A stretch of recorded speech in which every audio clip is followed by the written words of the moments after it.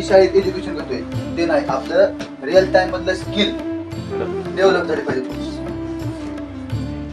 Real time मधले skill म्हणजे आता जी आपण टेक्नॉलॉजी बघताय किंवा जे नवीन नवीन आपण शोध लावायचं असतं त्यामध्ये आपल्याला प्रॅक्टिकल नॉलेज गरजेचं असते. कुठली पण गोष्ट आपण जेवढी जास्त प्रॅक्टिकली करतो ना तेवढं आपल्याला लवकर समजतं. मग ह्या बसचा फक्त एकच होतोय, सायन्स आणि टेक्नॉलॉजी मिक्स करून विद्यार्थ्यांचं रिअल टाइम मधलं नॉलेज इन्क्रीज करायचं. आणि या बसमध्ये सर्व काही रिअल टाइम होऊ शकते किंवा जी रिअल टाइम मध्ये गरज आहे.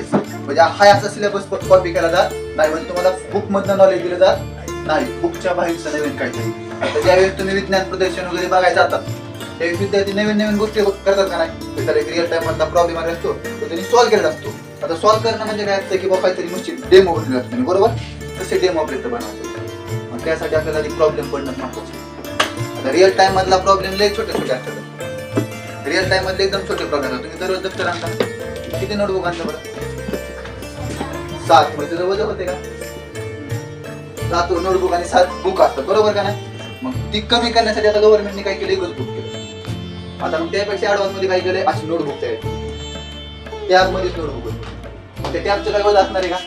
कम्पेअर केलं त्या 7 नोटबुक बरोबर तर काय असणार आहे का? आणि ती वन टाइम घेतली पुन्हा लाईफ टाइम चालणार आहे. म्हणजे आपल्याला जी रेग्युलर कंटिन्यू घ्यावं लागते ती घ्यावं लागणार आहे का?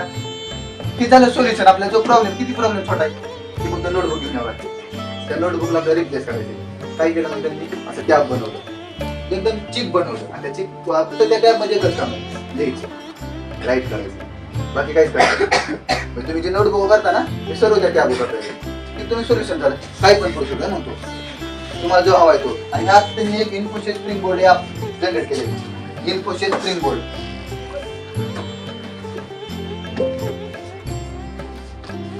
स्प्रिंग बोर्ड ॲप जसं युट्यूब आहे ना तसंच हे ॲप आहे. फक्त ह्या ॲपवर तुम्हाला पूर्ण लर्निंग स्किल आहे. 5वी 6वी 7वीचं पूर्ण सायन्स मिळालं सगळ्या बोर्डचं, state board, CBSE, with practical. म्हणजे विथ थिअरी नाही, प्रॅक्टिकल. सायन्स आणि मॅथ हे दोनच गोष्टी. पण बाकीच्या वेगवेगळ्या गोष्टी तुम्हाला जर समजा तुम्ही विज्ञान प्रदेशासाठी नवीन एखादा प्रोजेक्ट करायचं म्हणलं तो पण ह्यामध्ये अवेलेबल आहे. त्याची आयडिया फक्त तुम्ही घ्यायची. पण त्यात जे कंपोनंट वापरले का त्या कंपोनंटची इन्फॉर्मेशन तुम्ही घेऊन तुमची आयडिया पण त्यामध्ये वापरू शकता.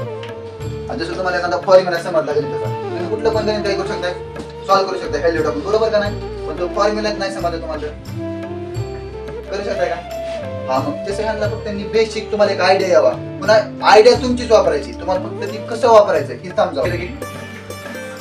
काय करताय, विसरताय, काय विसरताय? कारण ते आपण रट्टा मारायचा प्रयत्न करतोय ना, किंवा ते आठवण ठेवायचा प्रयत्न करतोय की बुद्धीमध्ये कसं पाठ केलं ते फॉर्म्युला कसा पाठ करायचा, कसा बनला की नाही बघत, पाठ कसा तुला आहे, घेणं कसा आहे ह्याचा बघतो, बरोबर का नाही? त्यामुळे आपण विसरतो. त्यामुळे जे आपण करतोय का ते प्रॅक्टिकल जास्त करायचं. कुठलं पण गोष्ट आपल्याला लवकर देणार आणि जास्त काळ देणार.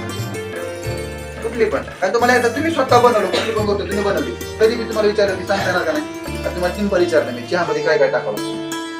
चहामध्ये काय? चहा पत्ती, अद्रक, बरोबर आहे का नाही? का बरं? कारण की तुम्ही बनवलंय स्वतः आणि तुम्ही जर बनवलंच नसतं तर